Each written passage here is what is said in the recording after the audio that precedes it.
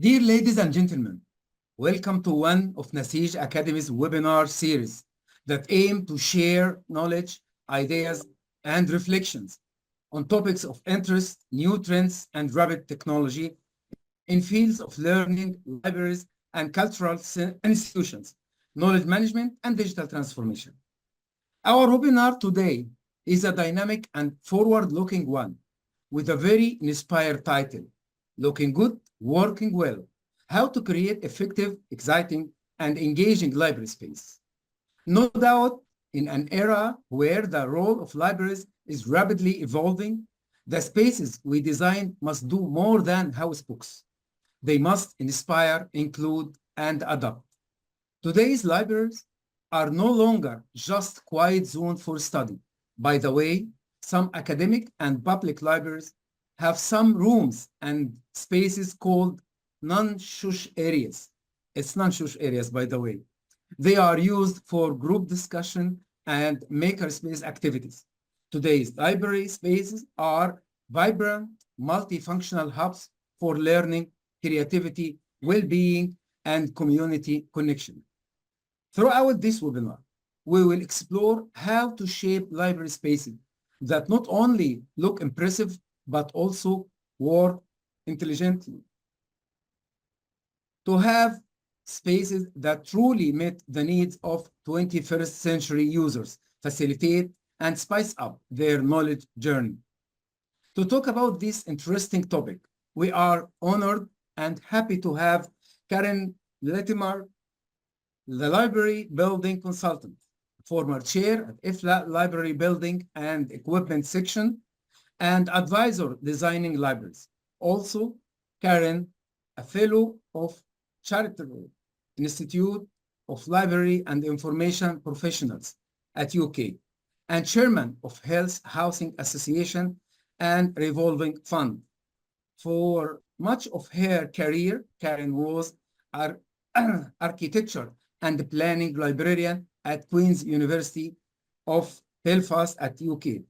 Karen widely published over 50 articles and books, including New Libraries in Old Building, Post-occupancy Evaluation of Library Building, The Green Library, IFLA Library Building Guidelines, Built to Last. She has a favorite quote about library design, and I do love it. As well. It was stated by Davey P. in his article published in Architectural Review at 2001. It said that, or he said that, we need physical libraries and the book they contain, because culture is far more complex than acquisition and assembly of facts. It is about thought and sensation. Now, Karen, I will pass the baton to you with a promise to talk back again after your presentation, after you finished your presentation, to get the answer from the attendees written on the question and answer box. Let's start it now. The virtual stage is yours, Karen. Please start. Thank you very much, and thank you for that very kind and generous introduction. Just before I came online tonight, I read an article that said nowadays we can really only concentrate for about 10 minutes. So you're about to have to stay awake for much longer than that tonight. So thank you in advance. It depends about how value you have and interesting, and I'm sure about that. No worry about time. Anyway, I'm afraid I will be longer than 10 minutes. Thank you all. I can't see you obviously, but I'm delighted that you've given me the opportunity to talk to you all tonight about a subject that I'm very passionate about. I have been involved with library buildings and architectural conservation for years, and it's a subject that I really enjoy. So I hope some of that will come across to you tonight. So as Prof. Abdullah commented in his introduction, nowadays libraries are changing. Many people who are not involved in libraries say to me, but you don't need them anymore, and why are we still building libraries? But lots is happening. In fact, almost the opposite happened in the 21st century. And we will talk about why they're important and how to persuade people they're important and how to make them as we said in the title, work well and look good. So what I want to do with you tonight, we want to look at, first of all, just how do we persuade people right at the beginning, at the strategy of it all, that it is important to build libraries and library spaces generally. I am going to show quite a lot of large buildings tonight, but I hope that everything I say is relevant even to small spaces. Sometimes you might just be wanting to redesign a reading room or a study area. It doesn't have to be a big building, and the principles are the same. And I hope that that comes across. So we'll look at the strategy and then drill down. And the other thing that people say to me is, oh, well, library design is fine, but I'm really about library service. And I always say, you need a well-designed building in order to give a first-class service. And if you have a poorly designed building, that is actually a barrier to innovation and service. So we'll look a bit about user satisfaction, how we make sure we are delivering the sort of spaces people want. And then we'll move on to look particularly at supporting learning, well-being, which is increasingly important these days, and of course sustainable design, which is another very key topic in today's world. Okay, so let's have a look at strategy and why do good libraries matter? You have to persuade people that to build a library. I'm sure whatever organization you're involved in, it is the people with the power and perhaps more importantly the money that will make the decision as to how to spend the money. Will they build, a new swimming pool or a new library or a new lecture theatre? So it's very important to get that message across. And to me, when I'm talking to facilities managers or estates people or the head of organizations, I always say that having a good library is a way of promoting their institution. Reputation is important, obviously. It's a competitive world out there. Universities, colleges are competing for students. So this is a way to enhance your reputation by having a really first-rate library. Very often when people, students are choosing their universities, they don't obviously just look at the library, but they look at the kind of facilities that are available to them. And certainly in the UK, where obviously most of my experience is, you will find that universities are still building good libraries in order to get an edge on their competitors. The other good argument about why we need well-designed libraries is they are very heavily used. If you have a good physics department, in terms of design, I mean, obviously not just the academic skills, yes, that's terrific for the physicists or the historians or the archaeologists, or in a public library, the children or the adults. But the point about libraries is they're heavily used by everybody. They're a kind of common neutral space, if you want, and tend to be open for long hours. So for the facilities people, this is makes good economic sense, if you like.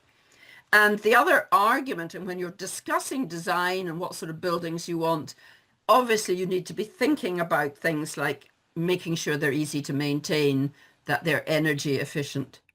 And Prof. Abdullah touched on this indeed in the introduction as well, but increasingly now, I think organizations, be they public libraries, school libraries, special libraries, whatever, they like to be able to demonstrate their green credentials. So this whole thing of making sure that we're thinking about sustainability is another key issue.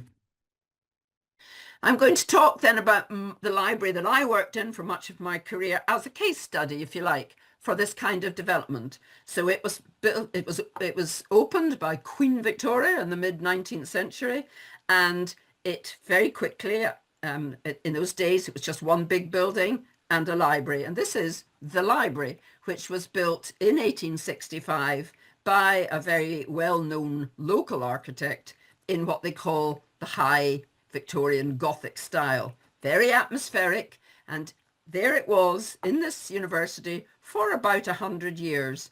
And some quite famous poets like Philip Larkin, who you may not have come across, but worked in the library. People liked it. It was very attractive. But some 100 years later, it was, of course, too small. Things changed. More students, more books. This is still before technology has come into play. The university thought, well, shall we knock it down?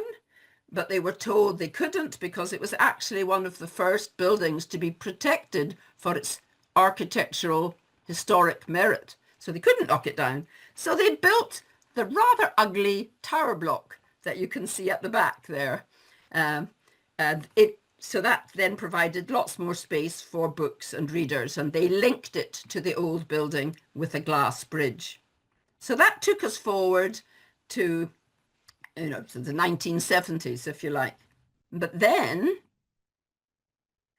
come the 21st century, they realized that this still wasn't fit for purpose. And that's the point I think I'm making. Libraries change, their needs change, their user needs changed, and buildings have to evolve. But again, talking about strategy, the point was made to the university, look, your library isn't fit for purpose. Yes, it's still an attractive old building, but it does not work. The other thing that they discovered, and this is quite interesting, is people, they go out and look for money, for donors to help. This cost, I think, about 50 million sterling. At first, the university thought it might build a new students' union, but no, donors don't really want to give money for students to play around. They would rather have their names associated with something academic. So that, if you like, is the strategic approach to getting a new library building. And that's just an interior shot of the building. And I'll come back. It's very green and sustainable. And I will come back to that later. So I think the point I'm making, the first point I'm really making, is the prestige of having a good library building. I also did a post-occupancy evaluation many years later of the building you have just seen, and it showed that it had a positive impact for the university. It was critical to what they call the student experience. The students really liked it. In the UK, every year they do a thing called the National Student Survey, and the administrators in the university are always keen to see the scores going up every year.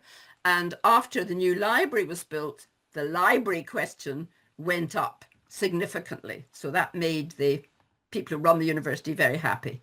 And as I say, student feedback was very positive.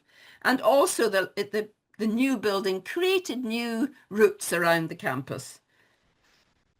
And so I used my own university as an example because it's easy for me, but the same story is true in many other. I could show you many examples. I have picked, this is what they call the new Bodleian in Oxford University. The old Bodleian was the original one. Now this building, for a long time, really was very unwelcoming unless you were an Oxford University student. It was designed by a famous architect called Giles Gilbert Scott, again about the same period, but later. But again, the university decided, no, we need to do, this is no longer fit for purpose. And so they did a new scheme in about 2010, I think, and they opened it up. And if you look at the image on the bottom right, now it has exhibitions, it has a cafe, the public can come in. But, and I will come back to this later, if you look at the slide, which I will show again, on the left-hand side, they still made sure they had quiet, scholarly spaces. But this was, again, part of this idea of prestige and competition. And to show just a public library, for example, this is Stockholm Public Library by Gunnar Asplund, and some members, including me, I may say, of the IFLA Library Building Committee going on a state visit. But it is another building that is very important in Stockholm. It is more than just a library. It has become a landmark and an icon for the city, and again is a protected building. So this is all to do with library buildings as prestigious parts of the institution or the city. Now, this is a slide that if any of you have had to listen to me before, I show a lot. Because I think it sums up, we're talking about libraries that look good and work. And these are the qualities I think I always take into account, and we should always take into account when thinking of a library space. The original list was drawn up by an English architect called Harry Faulkner Brown, who attended an IFLA Library Building Seminar in The Hague in 1997. I was not chair then, although I'm pretty ancient. Harry Faulkner Brown did it. And since then, other chairs, including me, but Andrew MacDonald and the et al, as me and others, we have played around with these qualities. And you, in discussion, may well have other ideas of what you think key qualities are. But these are the ones, and just to quickly go through them, obviously, it has to work. I mean, that goes without saying, but they don't always, you will find. So that's important. And I think adaptable is something that we've introduced more recently, and that goes back to the introduction. Libraries are changing, learning is changing, the world is changing. So you need a building that you can change. You have to get a balance. You can't just say to your architect, oh, it's got to be able to change, do anything. You've got to have a clear idea of what the building should be doing, but you need to build in the ability to change. Must be easy to use. I don't just mean accessible for everybody, whatever their abilities are, but just easy to see. You go in and you know where to go and you know how to find things.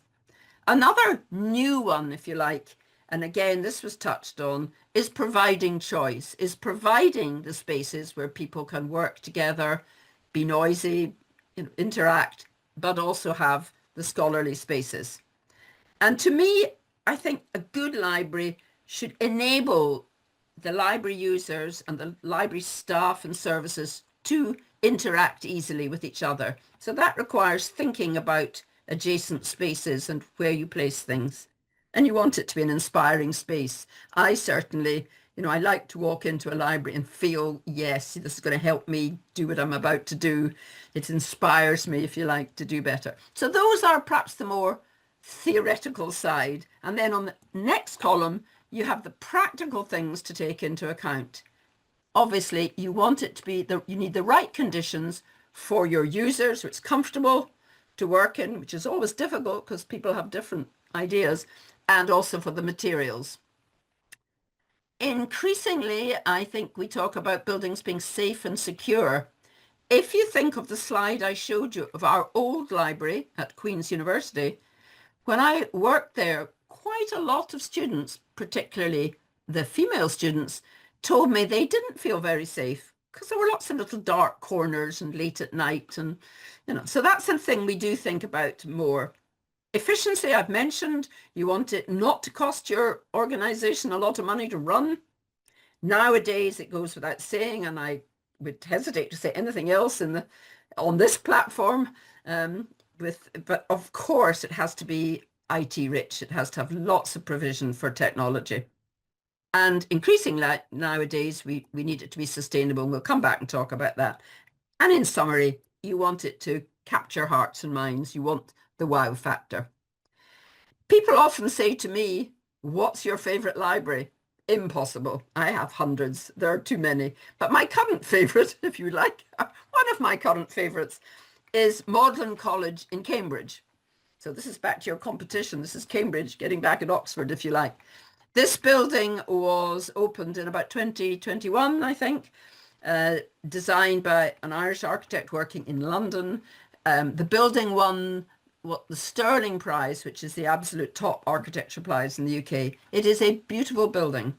It is built in a very sensitive context in a Cambridge college. It's split new. It's not trying to pretend to be, ancient, but it's beautifully designed, thoughtfully designed, and it is the sort of place that you really do feel you could go and do good academic work. That's the interior. I think the key about it is it's got very high quality materials, not a cheap library. But it also had a very good brief. The director of the library worked very closely with the architects about what they wanted to achieve. And it has books, but it is absolutely IT rich.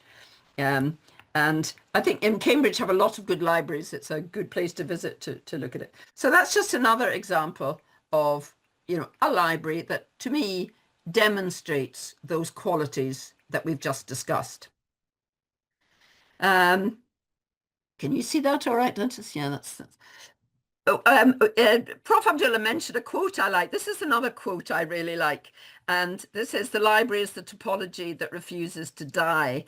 And this was said by a Scottish architect, Richard Murphy, who's designed a number of libraries at the turn of the century, just when people were beginning to say, you know, do we need libraries in the 21st century?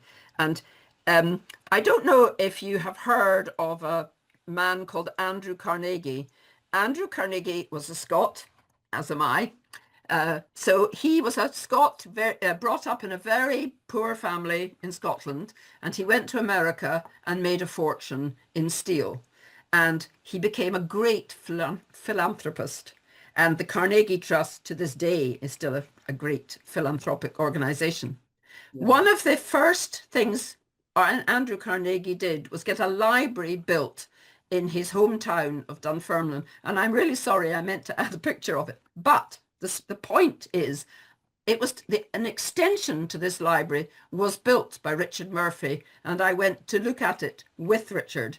And that's, you know, when we had this discussion about the library as the topology that refuses to die. And what I've tried to do here is just look at how things have changed, if you like, between the 20th century and the 21st, because I think that's when the big change really happened with technology and everything else. So in the 20th century, most of the libraries we built were quite imposing.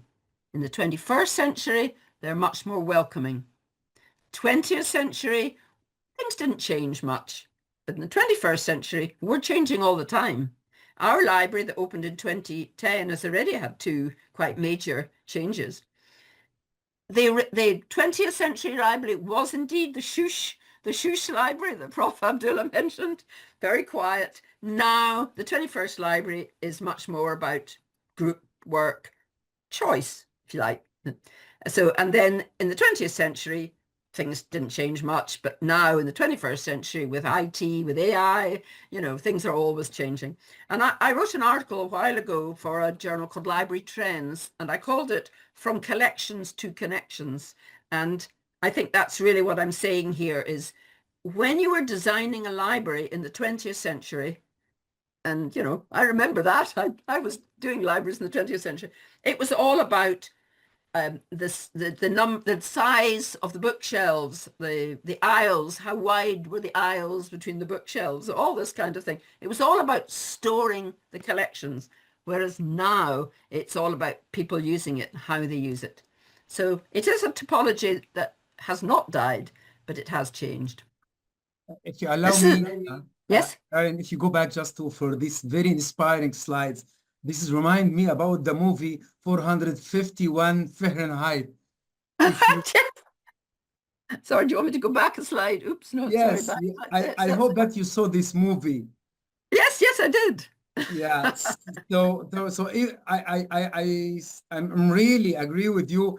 Libraries never die because libraries is the people. It's in the heart of the people. So once there is a people, there is a library. So just a small quote, especially that I feel it when the COVID-19 just had a big effect, and IFLA just announced that the library will close. And I wrote a blog about this. The library will not close; it will be closer by the Yeah, people, by the yeah. engaging and this stuff. So thank you for this No, very passionate slide and inspired. And sorry for yeah. interrupting, but Not at you all. No, really please you touched interrupt me. me. No, Interrupt no, me. it's just I mean, this comment. Thank you so no, much.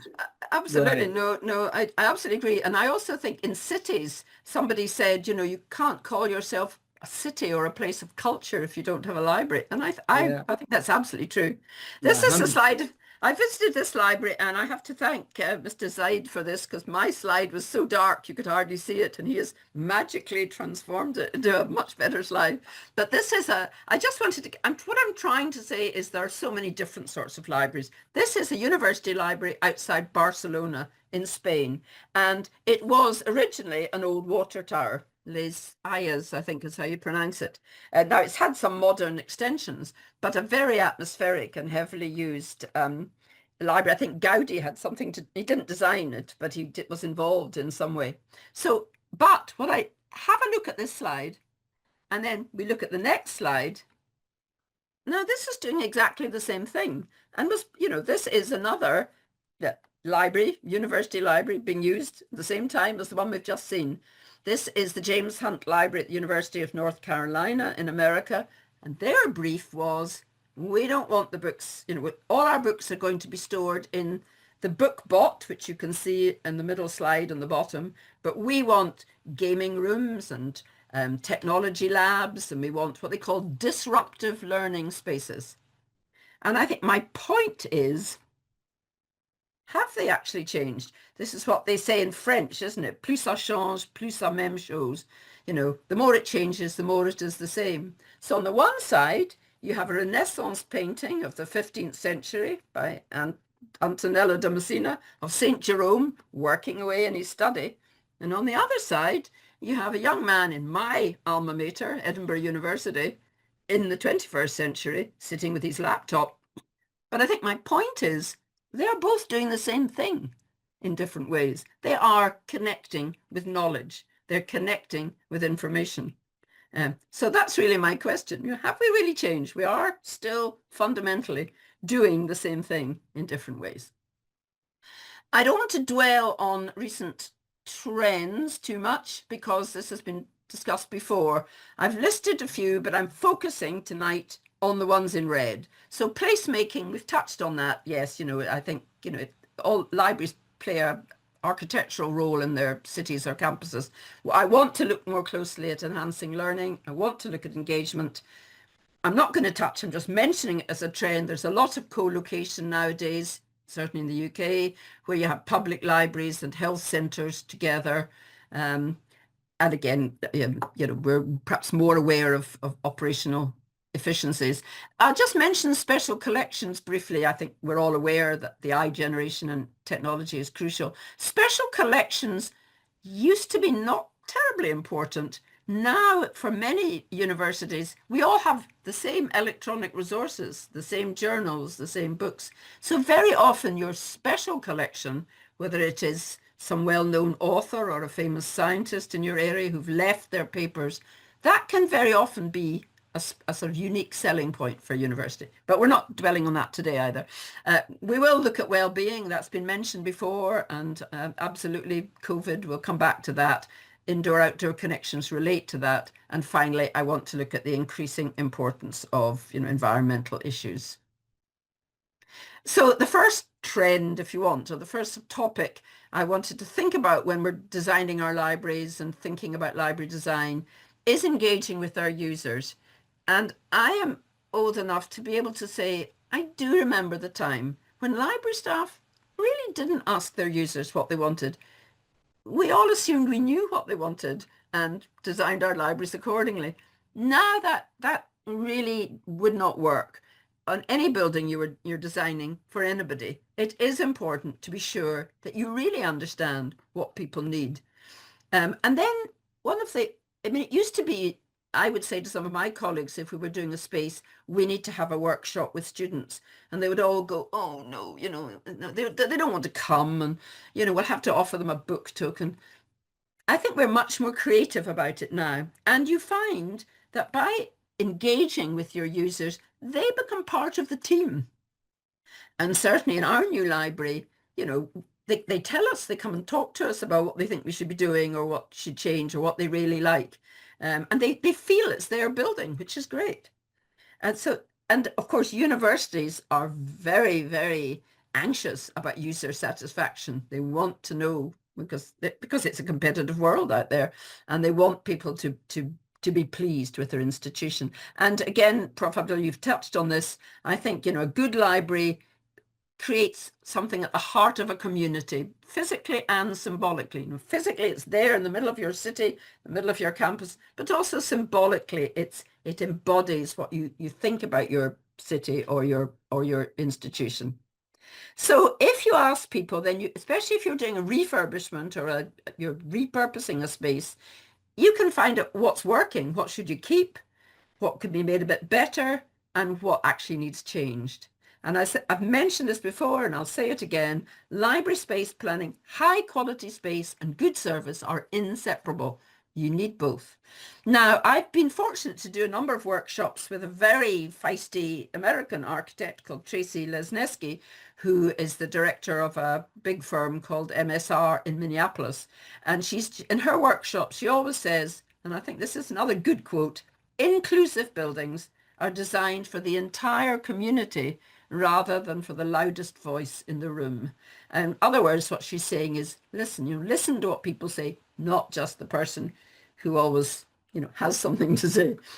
So engagement is increasingly important. And I think that's University College London. That was a workshop that we did there, working away.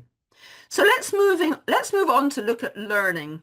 And again, this is something that is changing. And the point is, teaching is changing.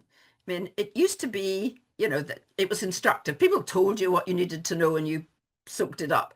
Much more now, and the learner was more passive. Whereas now it's much more about engagement and, using technology and creating, if you want, creating knowledge. You mentioned maker spaces earlier, and this is exactly what it is. I think increasingly now we are participating in creating knowledge rather than just sucking it up, if you want. And I've always believed strongly in what they call the 3 L's of blended learning: the lecture theatre, the laboratory, and the library working together. And I think that's very true in all aspects. So we all talk to each other. We know we're backing each other up.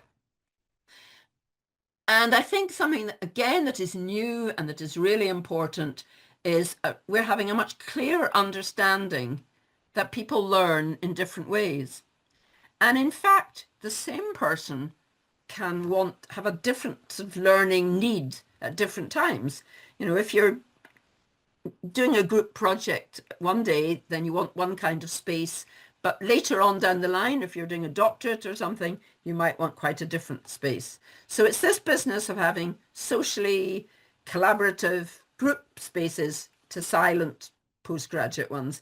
And 2 of the mission statements that from new library buildings that have been happening recently, which I think echo that. So Trinity College in Dublin said, we have a social responsibility to make library spaces places that reflect different styles of learning, teaching, and research. So that's absolutely acknowledging that diversity. And the Royal College of Surgeons, which I was involved in when they designed it and have just done a post-occupancy evaluation of it, their brief said they wanted all learners to be at the centre. There is the Royal College of Surgeons, Dublin, which is just building an extension at the moment. And as part of that, we did an evaluation of their current space, which was very positive. But lots of things came out of it. It was a fascinating study to do.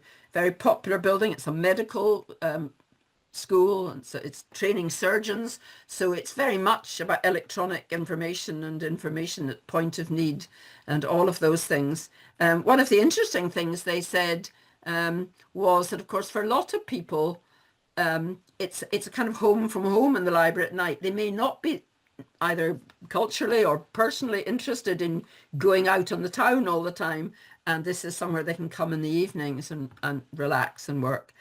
So as I say, putting learners at the centre. And Utrecht University is another one where learning and supporting learning was a very key part of the brief.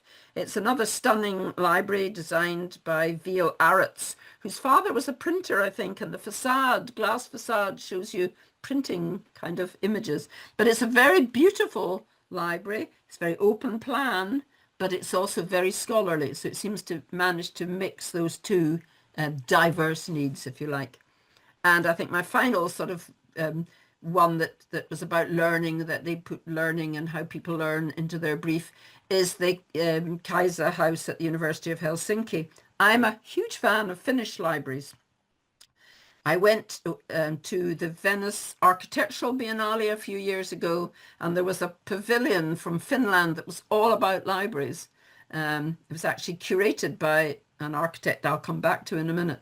But again, this building, designed by a very young Finnish firm, is another beautiful building that combines the huzzy-buzzy, the sitting around relaxing, with the scholarly. And on one side, it looks over a very beautiful square, and this left-hand side looks over a busy shopping street. And of course, a few years after this was built, the Helsinki Public Library, which attracted huge attention, was built. Just going back to the Western, I said I'd come back to this slide, and here it is again. And it's just, I want to make the point that although a lot of the focus in many new libraries at the moment is about collaborative space, we should not forget that we do still need the quiet scholarly ones. And certainly in Oxford, where they want to attract, the best of the best scholars from all over the world, they want to be sure that they have, scholarly spaces as well. Okay, let's go on to well-being, which is another, if you like, trend that has emerged, as you mentioned, Prof, really since COVID. I think it was already on the agenda before COVID, I would say. I mean, we were beginning to talk about it for many social reasons, but COVID certainly focused our minds, as you said, because people were saying, we have to close our libraries, and will we ever open them again? And do we want to come in where there are lots of other people and all this sort of thing? And so people began to think about it. And when you're thinking of it in terms of building design or library building design, it's quite helpful in the way just, to look at how you engage with your 5 primary senses, which is what biophilic design looks at very much. So the 5 primary senses: touch, sight, smell, taste, not sure about that one, and hearing. So when you're designing your building, from a well-being point of view, these are the kind of things that you need to have in mind. And maybe if we go on to the next slide, no, I think I'll maybe just stay on that one if you don't mind for a minute. Oh, no, gone the wrong way. Sorry. There we go. Yes. So I was thinking about touch, and what do I mean by that, really? And so for touch, you're thinking about making surfaces that are easy to clean, and avoiding people having to touch things where possible. So your doors open automatically and taps that you don't have to touch. So it's translating that, if you like, into design detail. And with sight, there's quite a bit of research done that says, if you walk into a building or library in this case, and it's cluttered and messy, then you feel uneasy in terms of your well-being. So you want things, they don't have to be clinical, but clean and well-maintained and well-organized generally makes people feel better. Smell is all about air conditioning. And I went into somewhere today and they were spraying the air, and they said, oh, somebody'd been in and there was an awful smell. And I thought, all right, well, that's all part of biophilic design and well-being. So you want good air conditioning to keep the air fresh and pleasant. I'm not sure I can relate taste to building design. If anybody's got any good ideas, they can tell me in discussion. Somebody said, oh, it's through breathing the air, but maybe if there's a cafe in the building or whatever. Hearing, of course, is crucial in terms of a library, and that is probably where you get the most complaints. Some people, it's too noisy, or, the air conditioning's making a noise, or the lavatories are making a noise, or their fellow users are making a noise. But there are also people, and this is where diversity comes into being, there are also people who will say, I can't work here because it's too quiet. I need a kind of underlying buzz of noise. That's just the way, and apparently autism is one of those things that sometimes people actually like an underlying bit of noise. But anyway, those are things to think about in terms of designing a library with well-being as part of your agenda. Particularly, I think, and this kind of slides into the green agenda really, is the importance of indoor and outdoor connections. Increasingly, people are finding, designers designing buildings, that if you can see out or you can move, depending on your climate, you can move in or out, in and out, it makes for a much more comfortable design, comfortable building. And indeed, if you can't be going in and out because of your climate, then you can green the interior and try and get natural ventilation. A lot of public libraries now, and I think one university I know of, but certainly public libraries in the UK, quite a lot of them have sensory rooms now where you can go and relax and escape from the pressures of life. And I would also mention, don't forget the staff. I do think as library staff, very often, we're so busy focusing on our users. You want your staff to be happy and comfortable and safe as well. So don't just leave that bit. When I was doing the post-occupancy evaluation of the College of Surgeons, the staff were pointing out some of the problems with their work areas, and absolutely justifiably.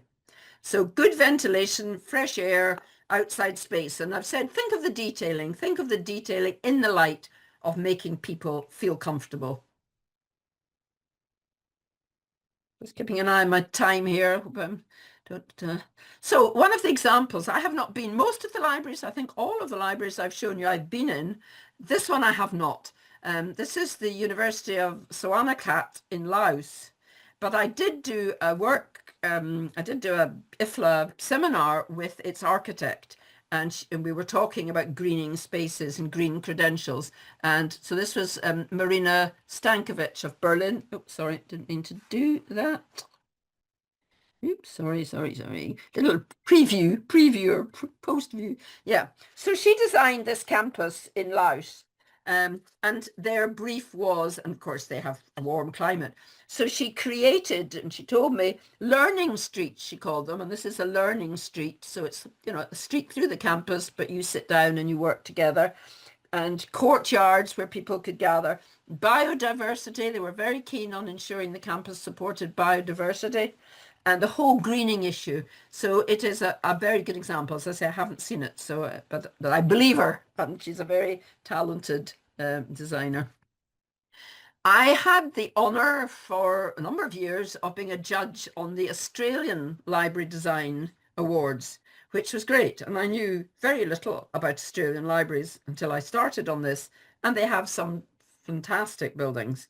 And this was the Marrickville Public Library, which again was a very good example of biophilic design, well-being, indoor-outdoor connections, using natural materials, bright and airy and roomy, and it had a wonderful feel about it and was very popular with its users.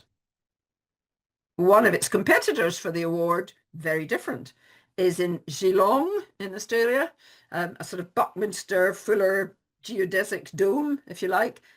Doesn't look as though it has quite the same indoor-outdoor connections, but actually, if you look at the slide on the right, loads of window space looking out onto this marvelous park.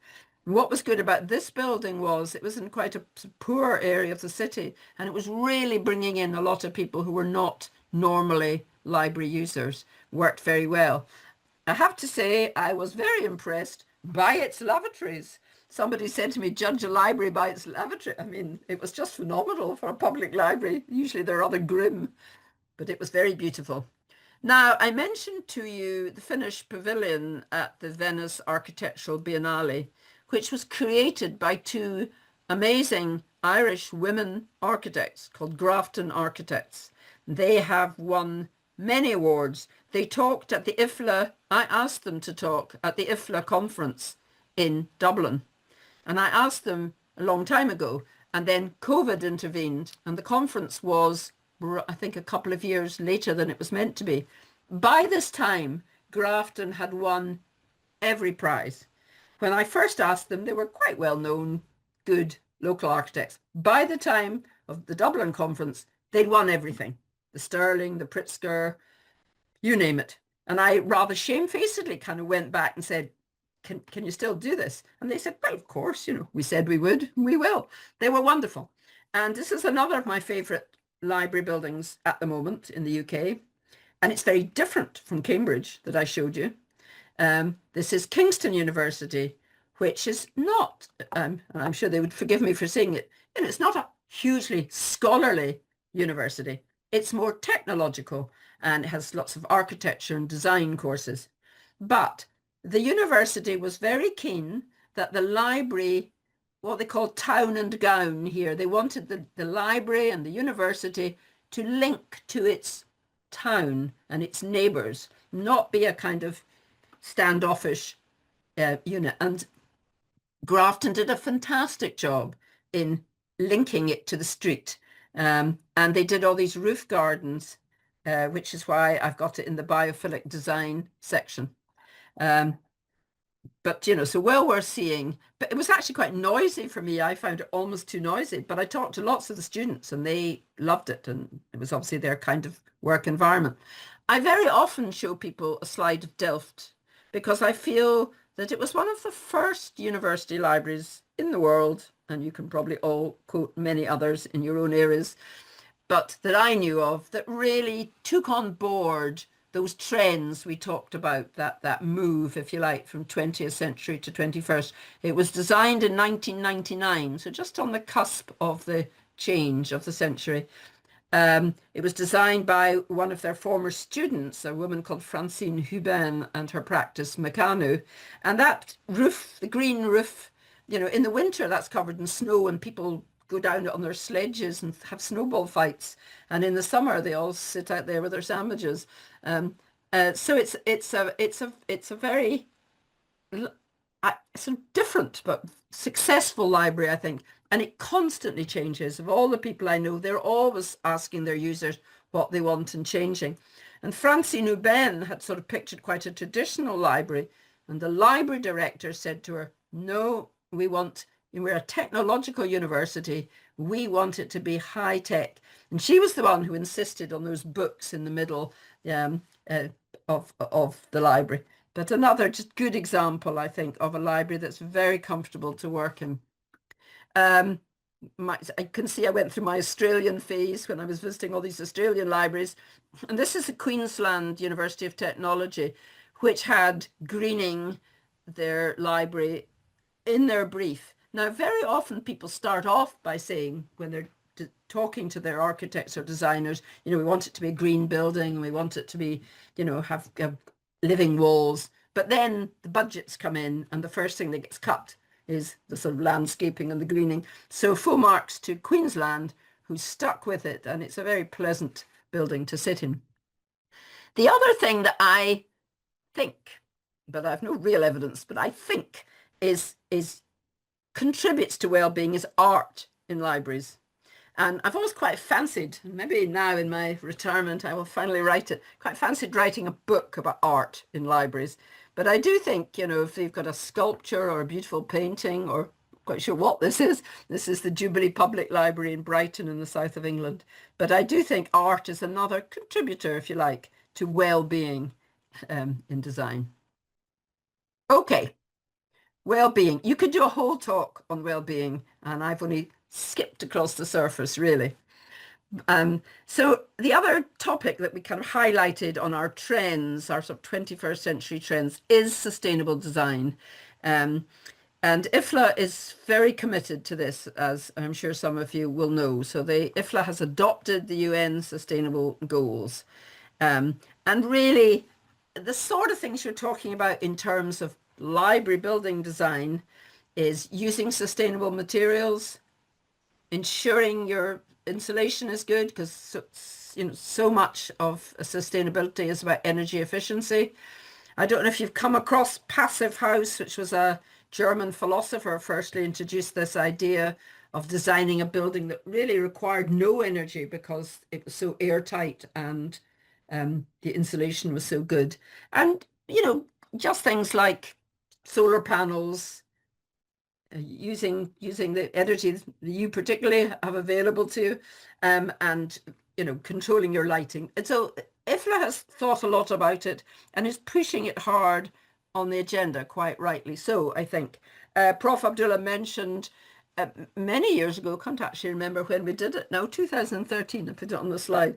IFLA produced a book of which I was one of the editors with two German colleagues. We called it The Green Library, and the quote I really liked from that, which was one of the contributors, and he was saying, we need to create library buildings that are environmentally responsible and resource efficient throughout their life cycle, right from the beginning, from site selection to the design, to operating the building, maintaining it, and maybe even renovating it. So, you know, think greenly, if you like, all the way through. So, I mean, when we're talking about sustainable design, you're talking about, you know, integrating it into the environment, and really this whole life cycle thing again, you know, the impact of the materials you're using on the environment, even from extracting it. We're having a discussion at the moment about a building. It can be quite difficult. You know, it can often seem the easy option to knock something down and put something new up. But if you think of it right from the beginning, this whole business of creating the materials and the life of the building, and particularly to avoid the use of non-renewable resources. And the way you design your building is going to affect all of that. There is a very good library building standard. I haven't really done references in this talk because you can find them, but you know, if you look at anything I've ever written, you'll get endless references. But there's a library building standard, IS International Standard, whatever it is, 11219, 2012. And there's quite a good section on sustainability on that. Because again, you know, sustainability is a whole talk on its own, really. And Prof. Abdullah mentioned, this is the most enjoyable book I've ever worked on because it combines my interest in library design and architectural conservation. And again, I did it with Petra Hauke from Germany and also with a Berlin architect called Robert Nies. We edited it. Now, you could write this building 100 times over. We went out and we asked people to tell us about libraries in old buildings. There were so many to choose from, and they were utterly fascinating. And we had to obviously just select a few. But it's based on the premise that the most sustainable building is the one that's already there. So if you've got an old building, rather than knocking it down or building a new one, why not use it? It's environmentally responsible. You're using all the embodied energy in the existing building. You have that ready-made place in people's hearts, sense of place. And it's all about identity and memories. I mean, the people who talk about these buildings, this is an old railway station, I think. I can't remember which one it was now for the cover.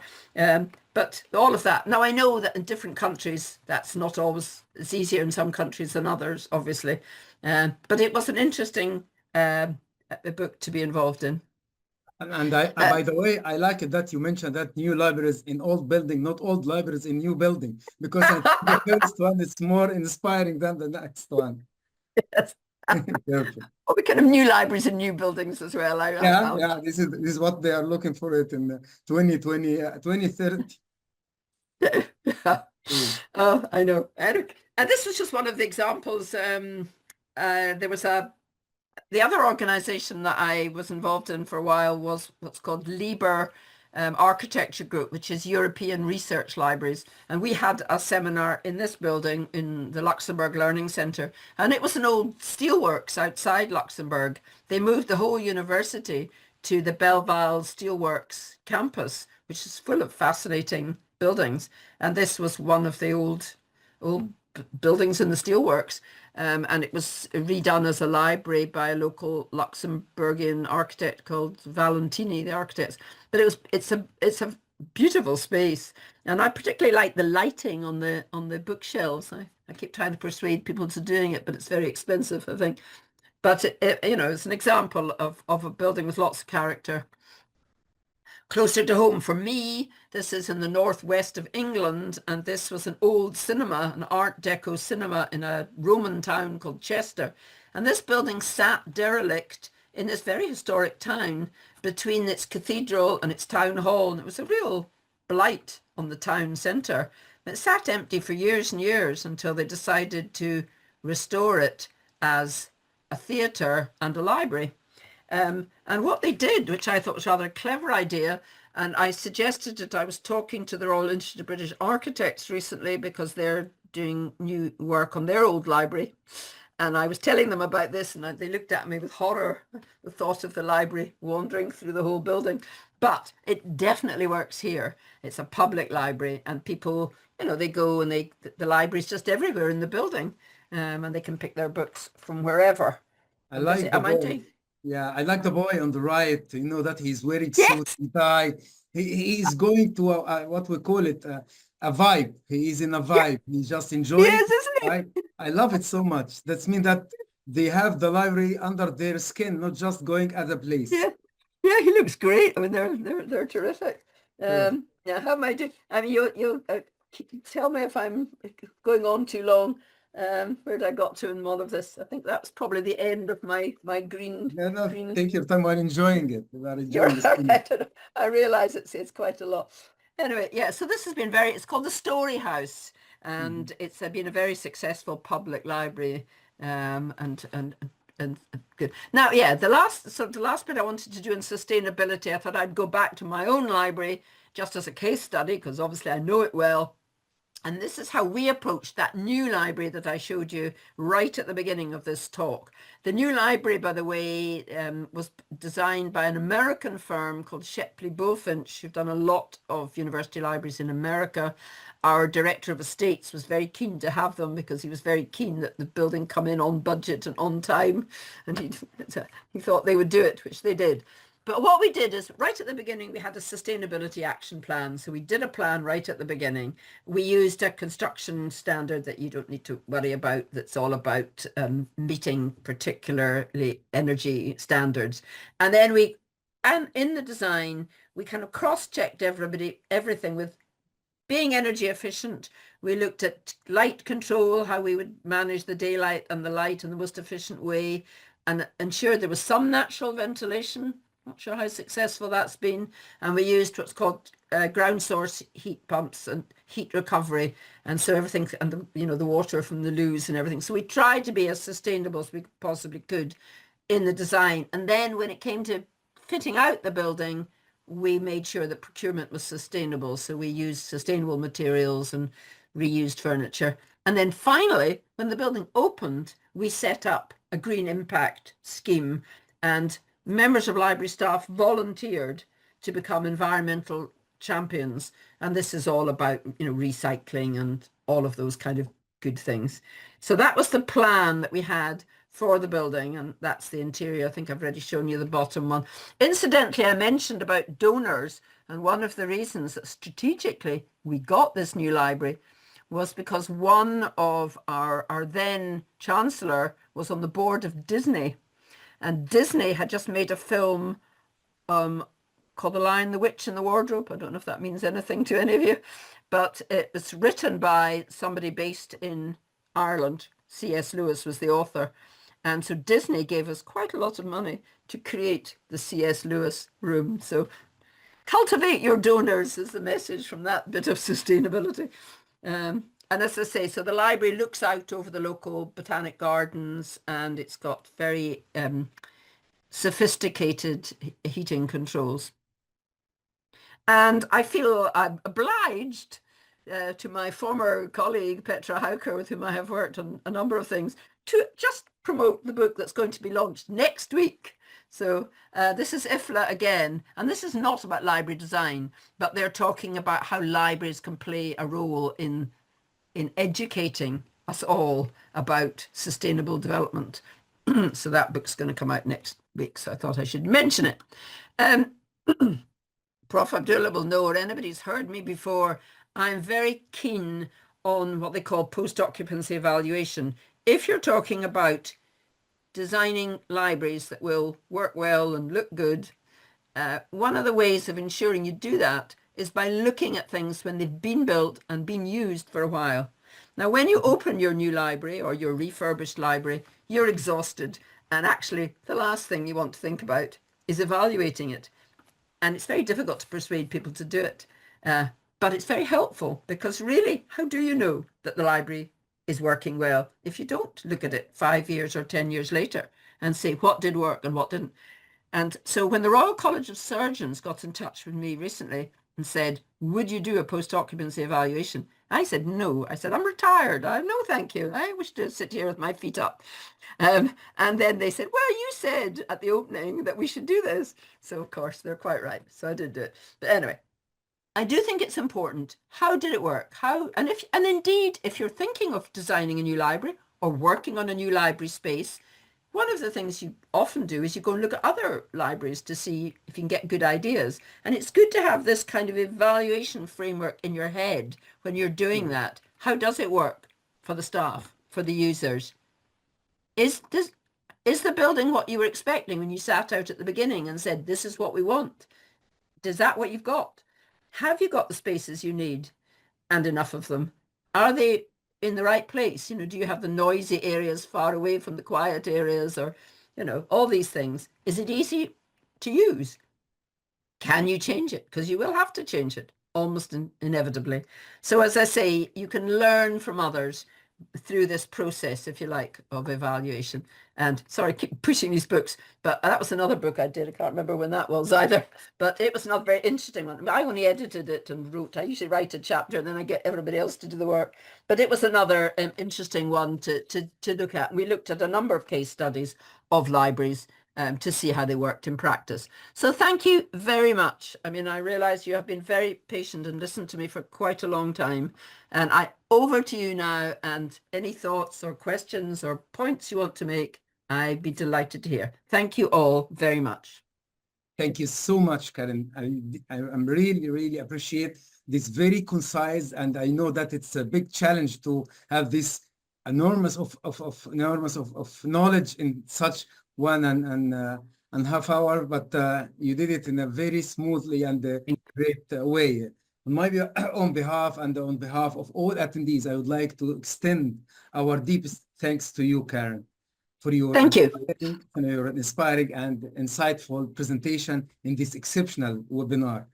Your expertise and thoughtful perspective have brought outstanding value to this gathering, guiding us through not only the why, but the how of remaining library spaces, from strategic design to service delivery, from learning and well-being to sustainability. So it was really generosity to share your knowledge, your practical experience, and your passion with us. Now, thank you. Thank you so much. Seriously, Karen. Now let's move to the dozens of questions and queries we received from our attendees. And let's start with the first one about how can libraries with limited budget still adopt a strategic design approach? I know this is the key question. Yeah, I think that's exactly why you have to be strategic with a limited budget. I think, first of all, with a limited budget, you need to get your priorities right. What must you do, what might be nice, but you won't be able to afford to do. But if it's about the budget and the strategy, it is about persuading the people who have the budgets to get as much as you can, obviously. And I'm hoping that's the point I'm trying to make, that you can, if you perhaps have it depends, but if you've got a space that you want to improve and you haven't much money, I think it's going to the people who hold the purse strings to say why you want to change it, because your users aren't happy or comfortable, or you can't do a certain service. It's amazing what you can do without a lot of money. Sometimes it is, if you like, cosmetic. It's just making it look better, rearranging things. Obviously it's easier the more money you have, but I've seen a lot of, and perhaps we should do that sometimes. We should do a talk on small spaces There are plenty of examples, and it's usually about just being very clear about why you want to change it at all. You know, what's wrong with it. If it's, you know, so and then it's tricky. I'm not sure that, you know, it's a conundrum, but I would just say, you know, that's why you have to be strategic. People are, you know, that's you have to persuade people that this is going to help people learn or make people feel better, depending what kind of library it is.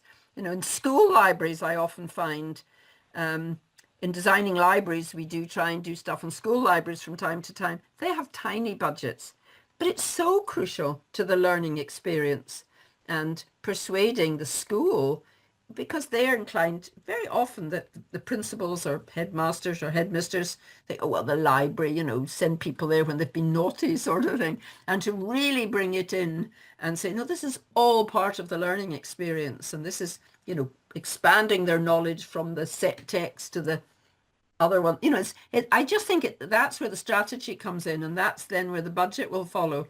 If you have a tiny budget and you absolutely can't get any more money, then the strategy is to prioritize and decide what do you really need? Is it just a lick of paint? Is it new furniture? Is it moving something around? You know, very often if a space is feeling tired, just a bit of change will brighten it up, if you know what I mean, just reorganizing it. I'm not sure if that helps the person who... Yeah, sure. You touched the main essence in this one. It's about the prioritization, and also the beautiful thing, not necessarily to be the expensive thing. So I think some sort of picking this one, and also this pushed us to the next question, very related to that. You mentioned in the presentation something about donation for libraries to enhance the library building. What are the tips you advise to encourage wealthy people and funding to give money? I think this is the $1 million question, Karen, right? It's $1 million question. We did a big, the new library at Queen's cost 50 million, and it nearly all came from So what's your advice in these regards? Well, first of all, have a professional fundraiser. I mean, it's a real art. I think fundraising is a skilled thing. Yes. What they did, and I talked to them about it because I do small projects that have nothing to do with libraries, and so I said, what are the tips? They always say, don't ask somebody for money straight out. You have to cultivate your donors. So the first thing you do is also, if you're a university, do you have any famous student, you know, past students? We got a lot of money from somebody who had worked as a technician at our university. And he then went on to form his own company, which was a pharmaceutical company called Almac. You can look it up. This man, and so the university people went and talked to him and said, you've got a big company, and could you help us in any way? And they invited him to things. He gave a lot of money. I think cultivation is, you know, it's not going to happen quickly. I think the way to get donors is to have events and invite people there. You know you probably know who they are in your area. Who are the people who are wealthy? I mean, let's face it, you know, they've got to be wealthy. There's no point in asking me, you know, so you know who those are, and then you cultivate them. If they've got ties in any way with your organization, that always helps. Because people, I mean, I mentioned Andrew Carnegie, the philanthropist. You know, he built his first library in his hometown, where he'd been brought up as a very poor boy. So, I mean, people have emotional links. So if you know anybody with some money who has an emotional tie to your university or your school or your town or whatever, I think that's the only other way then, as I say, is you cultivate them, you invite them to things, you have dinners, you have open days. I mean, that is it. I mean, I don't think there's any quick fix, but you know, people are very generous. I mean, and I think some of them likes to have a corner under their name. Yes. Sorry, you're something right. like that. It's not something prohibited for the library, but at the same time, I think it's give them this self-confident about that. This is my so I think this is something will not underestimate the library. No, that's a privilege, Yeah. So I just try to share my thoughts with you. No, Karen. that's a great thought. We have a huge donor board in our library. Excellent. A big donor board, and we have chairs that say, the interesting thing is the library is called the Maclay Library because Alan Maclay was our main donor. Somebody else offered us some money, a lot less than him, and said, I will give you this bit of funding that you need if you call the library after me. So the university went back to the man who'd given most of the money, and he said, fine, I don't care, he said. But then the second person lost his money in the crash, and he couldn't give us the money. He just literally didn't have it. So then we were able to go back and we called it after the man. But he was very humble. He just said, I don't care. But you're absolutely right. Donor boards, rooms, you can call it, the whatever room. Yes, I think all those kind of things. Good idea. Great point. Yeah, thank you. Okay, another question. By the way, there is a comment for our valuable attendees about that they like this type of exceptional webinars. It's all in English. So there is many people just say that we like this type because they improved our skills in the language. So that's what we thought about. So thank you, Karen, for pushing us for this one, and thank you for the attendees because we have thank you attendees. So perfect. So this is something different from the other webinars with simultaneous translation. The next question is about what challenges might you face. He's asking about your experience in the design or proposed model for academic library that intend to open their door to the community to be a library that combines the academic and public library in the same building. I like this question, by the way. I love that question, and it's very difficult to answer. It's a question I have tackled many times. There is one example in the UK, and it's called The Hive. And I can't remember what title. And what it does, it is a university library and a public library, and it also has some of the town services. Now, I think it depends on the kind of university you are. What we did at Queen's, we talked about this. There's a lot of pressure. Universities in the UK certainly have public funding, but it's a difficult balance. What we did was we introduced what we called an associate member scheme. So members of the public paid some money, not a lot of money, but a little bit of money to become members. And that, I think, put off, it meant then we were at least having some people in, but not everybody. It's a real challenge. The University of Bristol, which is building a new library at the moment, what they have done is they have a public ground floor, and the University of Aberdeen has done this, and indeed I think the one I showed you of the Western Library in Oxford. So one way of coping with it is to have a part of your library that is accessible to everybody, and then that makes you more accessible. It gives the public, entry into the world of universities and all of that. But then you go up a floor or whatever, and that is for staff and students only. It seems to me that that's probably the answer for the more academic libraries, to be honest. I don't know, I'd be interested, your speaker, your questioner might want to come back on that. Maybe they will say, no, everybody should be everywhere. It's certainly not popular with most university libraries. They worry about it for a whole lot of reasons. They say they're not staffed for that. They don't have the resources for that. And of course, then you have the copyright business with electronic information. Sure, yes. In some ways, it was easier when it was the printed word, because then you could bring anybody in and they could take a book off the shelf. But a lot of the electronic resources sell them to you with the copyright restriction that they're only for current staff and students of the university.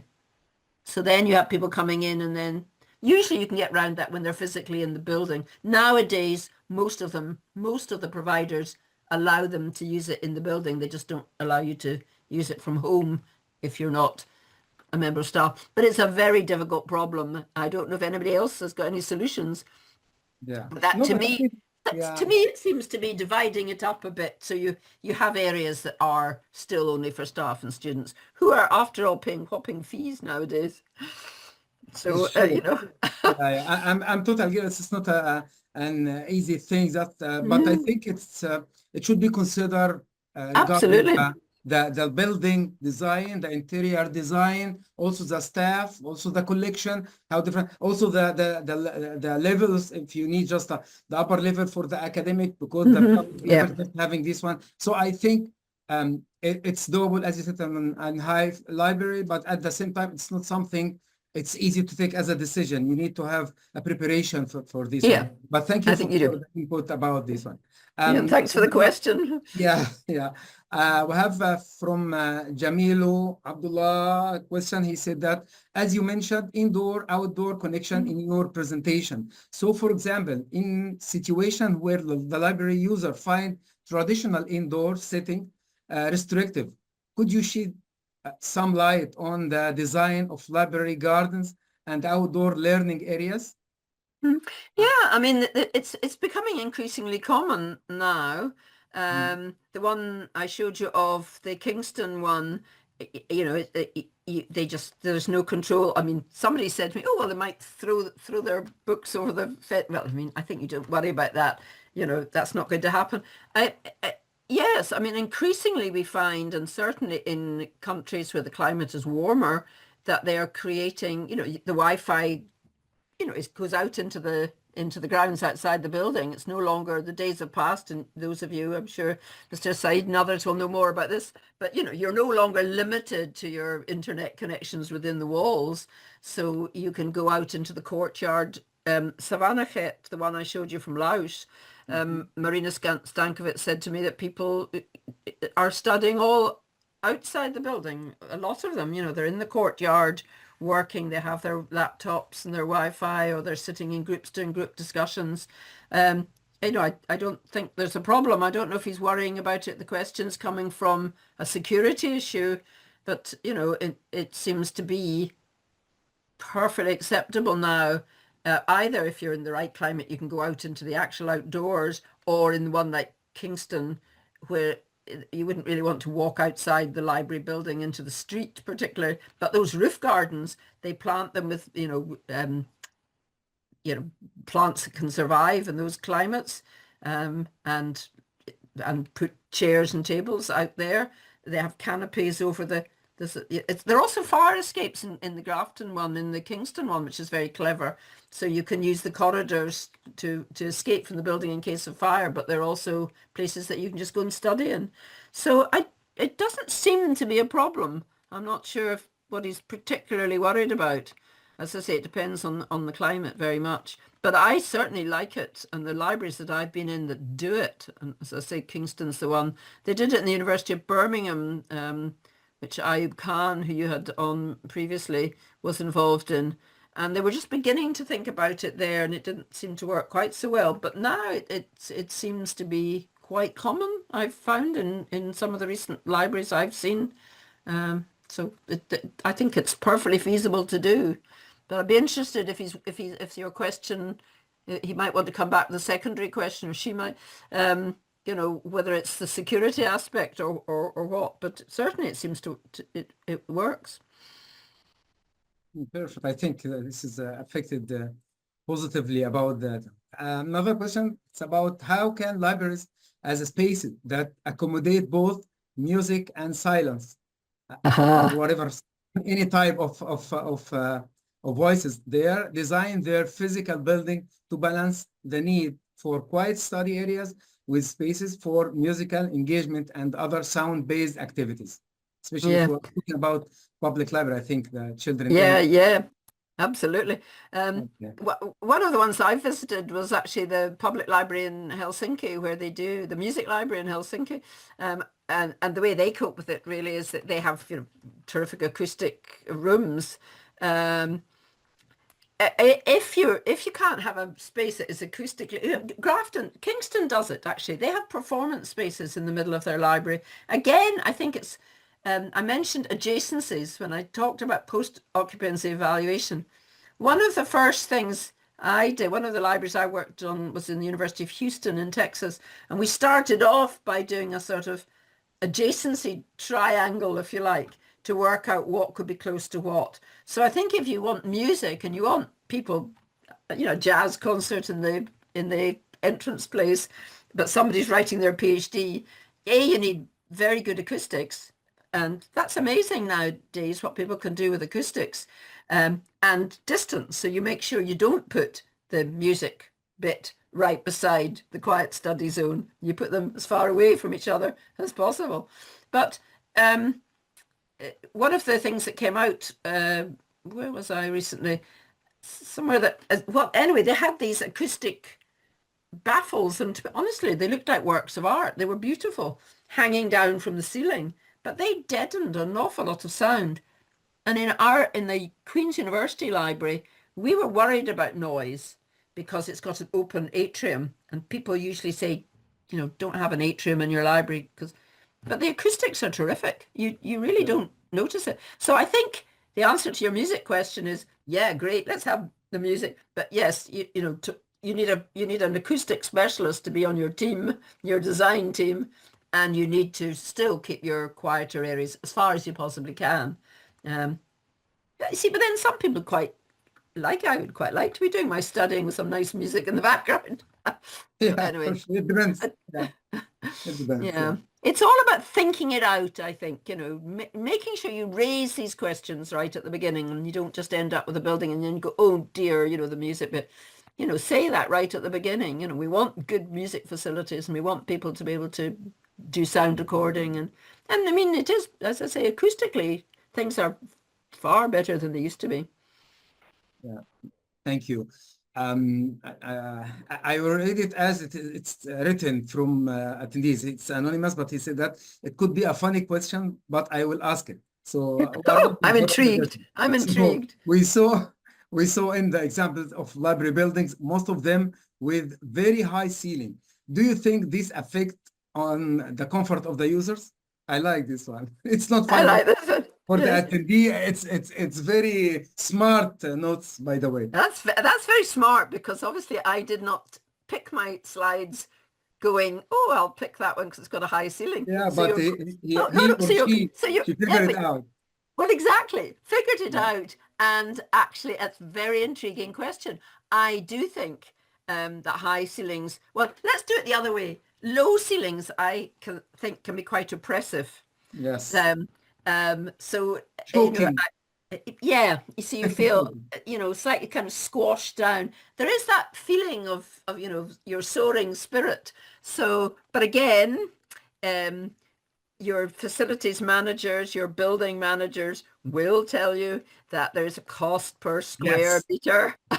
And so you will maybe find somebody saying, oh, this is a terrible waste of space.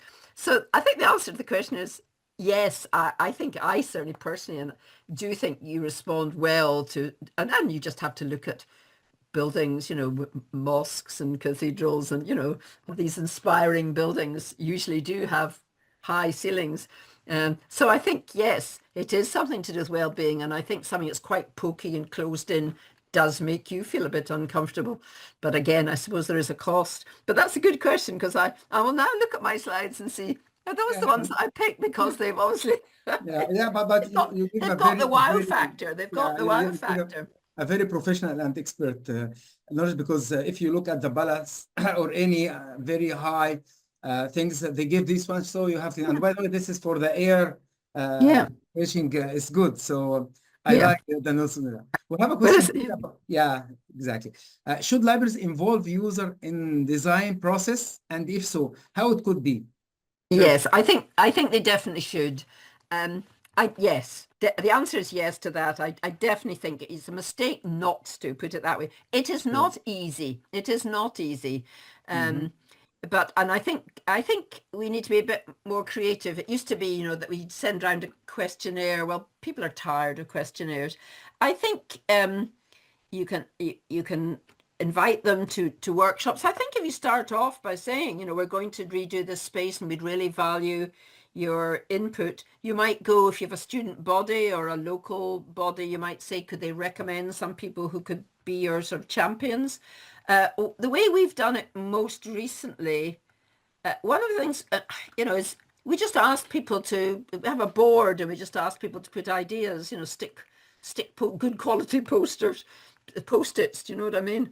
We just say to people, if you've got any suggestions, stick it on the board. And they quite like that because it doesn't take any time. They're walking past. If they care, they'll put something up. So just interacting or having online chat and just get them to do it. I would try and do the odd workshop because I think you get a lot out of it, but people are busy and they can be a bit reluctant to do that. If you're going to do a workshop with your users, get somebody to run it who really knows how to do it. I've been to workshops and they can be very, they're just a bit tedious, but somebody who really knows what they're doing, people get really involved. And so if you're doing a workshop, somebody who knows how to do it and properly planned, and you have tables and you ask people to deal with different issues. But definitely, I think if you don't involve your users, there are two downsides to that. Mm-hmm. You can miss things that people want, that you just aren't aware of. It's back to my point that as library staff, very often we think we know what people want, but we don't really. So asking them and finding out. So yes, you must ask them. And the other thing is the one I mentioned about, I just think it makes them feel more ownership of the eventual building in the end. When you open your new building, they all feel they were part of it and they contributed. So yes, definitely involve them and do it, by ways that impose as little on their time as possible. So not long questionnaires, but just just a one word, what would you like to see, or what are the 3 things you'd like to see, or what I often do with libraries that I visit, I say, if there's one thing you could change, what would it be? And very often then, people will say, well, the front door, lets in a draft, or whatever it is. But that way you can build it up. So yeah, easy.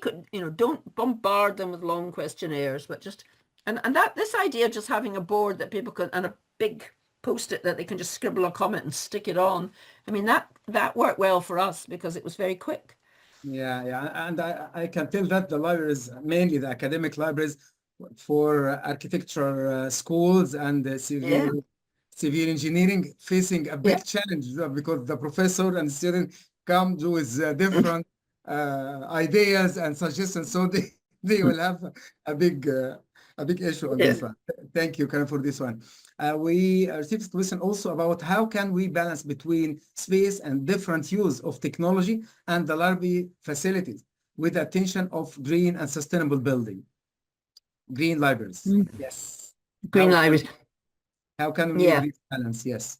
How can we make the balance? All right, yes, because I know what you mean, because IT is very energy demanding and creates heat and everything.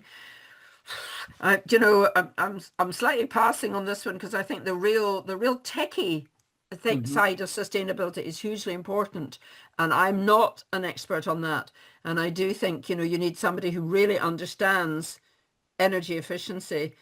But I mean, people are tackling this all the time at the moment and looking at it. I mean, it's back to your AI and all these things that can gobble up all sorts of energy. How do you balance it? How do you balance it? I think you have to consider it is really how you balance it. Is, you have to think about it. You can't just ignore it. I think that's the problem. We need technology. That is what the modern library is about. That's what the modern world is about, is delivering things. So you need to look at the technologies that go with it. I'm struggling with this one a bit because I think there's a balance. I think my quick answer is there is a balance and you need to strike it. And you need to strike it by asking the people that know to design your buildings to be as energy efficient as possible, bearing in mind that you're not going to go back to the printed book or the, I don't know if anybody else has got any thoughts on that. I mean, it's interesting that the devices that, that people use, I mean, they're becoming, I suppose, more energy efficient gradually.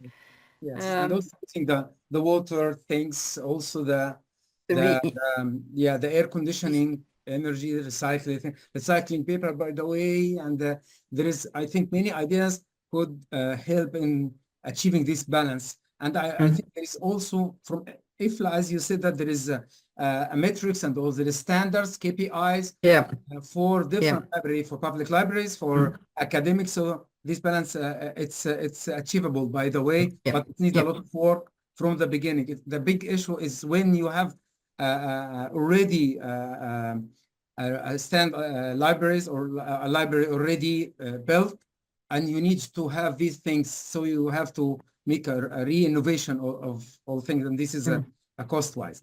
I know yes, please. Yeah, so I mean, what I've noticed a lot when people talk about green libraries, most of the time they are talking, as you say, really about running it in a green way, which isn't really your questioner's question. But I find it's quite hard to get people to tackle the real sort of green issues, if you like. So they do, I think most libraries now look carefully at things like recycling and using, recyclable mugs for the coffee and, all of those sort of things. But the fundamental bit about using a lot of energy to deliver your services is tricky. I mean, certainly in our library, they recycled the water, and as you say, the heat goes, the ground source heat pumps and all those sort of things. But even there's still a lot of questions to be asked. It's by no means solved, I don't think, how we balance our energy use. Yeah, but green libraries, and I'd be interested to see, I mean, I have read some of the proofs, probably all of them, of that book that I mentioned. But again, they're still talking about how you run your library in a green way after you open it. But I think the question is addressing, and it's one we all need to address, is right at the beginning of the design. How do you have a very IT-rich building that's also energy efficient? Yeah. Okay, thank you. I think we come closer to this. So with all our respect to our attendees, we'll take just 3 more questions as a wrapping up question. The first one is, what are the most common mistakes or oversights in library space planning? I like it. Oh, I love it. God, I think, wow, that's a brilliant question, and I think I need advance notice. You just pick the most 5 or 3 of them. Yes, no, the most common mistakes. Right, let's think what the most common mistakes are. Well, I think one of the common mistakes is not having a clear vision at the beginning and changing your mind as you go along, which tends, and this tends to put the cost up, because one thing, if you start changing your mind in the middle of a scheme and people have to alter their plans, it costs more money, so everybody hates that. So I think one of the common mistakes is just sort of launching into it without a clear, stand back before you do it and really think out what kind of library do you want and what are your key, your key demands. So that's a mistake, is perhaps not having a really good brief. One of the other things maybe is falling for the latest idea without really, so you think, oh, right, it's terribly important to have a water fountain in our entrance hall or something. And that's just a mad idea, but don't just jump on the trend because it's a trend, because very often that moves on and it's not good. I'm trying to think what we change. I mean, one of our problems is, one of the mistakes we made is we didn't provide enough reader spaces. We thought we had, but we hadn't really.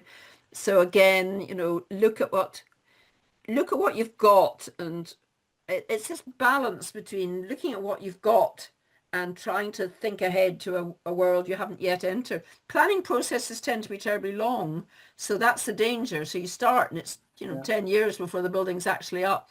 So trying to second guess. So yeah, don't go. So I think my 3 mistakes would be not planning, not thinking enough about the plans right at the beginning, going for the quirky trend because it's trendy without really deciding if you want it. And what's the other thing? Well, the main problems with most buildings relate to heating and, so get a good heating and ventilating engineer on your team. That's most of the buildings that people complain about.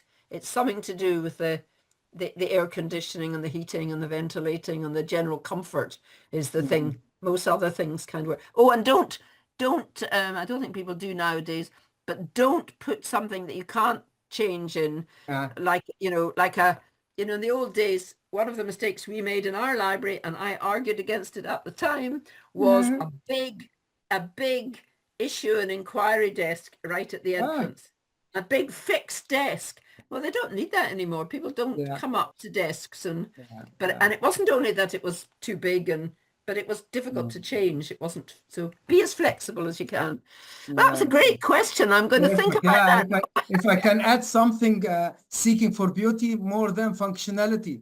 So this is something. Good. Okay. I'm making a note of that question. Tell the question. The questioner can hear. I'm writing it down. We learn from our attendees. Thank you, attendee. I'm going to think about that one. By the way, I passed a lot of questions. I know that we have 100, but I try to make some sort of balance between this, but we have things. So the one before the last one, how can libraries future-proof their spaces in the face of changing technology and user needs within the coming 5 to 10 years? I think this is other mistake, not looking for the that's back to this bit about, you look at the data you've got, because you want to know, what's used and what's not and how heavily is it. So you look at the data you've got, but you've got to try and project forward, and that is a bit of a guessing game. But I think that's back to one of my original slides that was saying, what are the qualities of good library design? And one of them is adaptability. You simply aren't going to be able to guess what's going to happen completely. So you have to have a building that is adaptable, and I think that's the best you can do. You can look ahead, to other examples. You can learn from others and say, well, what's been built recently? Let's have a look at the National Library of Greece in Athens, or let's look. You'd have lots of examples in your area, and see what have they done. So you look at recent ones, so they're ahead of the game from you a bit, I think. But I think you just have to be adaptable. I feel I should dash out of the room, and because I can't remember the name, there's a very funny book written by an American librarian about the most common mistakes in library design, and it's hilarious. And if I'll maybe email it to you, Prof. Abdullah, you can send it out. It's not it's not serious, but it's very funny about about mistakes, and they're genuine. I mean, they're genuine mistakes. So I'll maybe email you that reference after this webinar. And I will share it with our. You can share it with it. Yes. So the last one, which is surprised me, by the way, because it's not a question. It's from Nariman Rifat. I pronounce it in the Arabic one. Nariman Rifat. She said that it is not a question, but want to thank Karen for such wonderful walk through time and transition of libraries. We are about to move to a new building that will hold learning resources to serve the community, our community. Today's webinar and your talk inspired me to think differently for some of the planned spaces. So I think this is the word that I can add it. So this is the ending word that for you. So thank you very much. And thank you. Yes, please comment on that. I just want to say thank you and wish her luck with her new building. I'm sure it'll be wonderful. Yeah. I'm so happy for this happy ended with this not question but comment, because I think this is a crystal clear evidence for our success today, and for sure that's make us very happy to have you with us. Very happy to have this in English context, which is many of the people just insist that this is good just to help them to improve the communication language, this one, which is what we try to do. Thank you so much, Karen. It was really a pleasure. Wonderful journey together. And it was. Yes, please, we have to get a promise from you to have another journey on the topic that you like at your convenient time. So thank you. And all this dozen of hearts and thumb up is reflecting how the people just really enjoy this journey and really absorb a lot of knowledge from you. The last word will be from your side, Karen. So please go ahead. Well, just to thank everybody for listening and their wonderful questions. I thought just terrific. I'm going to go and think about it. It's been a real pleasure working with the team, with Mr. Saeed and Prof. Abdullah and all of you, though I can't see you. Thank you so much. And maybe one day I shall come and visit one of your libraries. We are waiting for that. We are waiting for that. Thank you so much and Thank have you. a wonderful day and thank you for all of our attendees. شكرا لكم جزيلا ونراكم في ويبينار آخر بإذن الله. Thank you Karim. Bye bye. Okay. Bye bye. Bye bye. سعيد شكرا. Thank you. My right arm سعيد. السلام عليكم.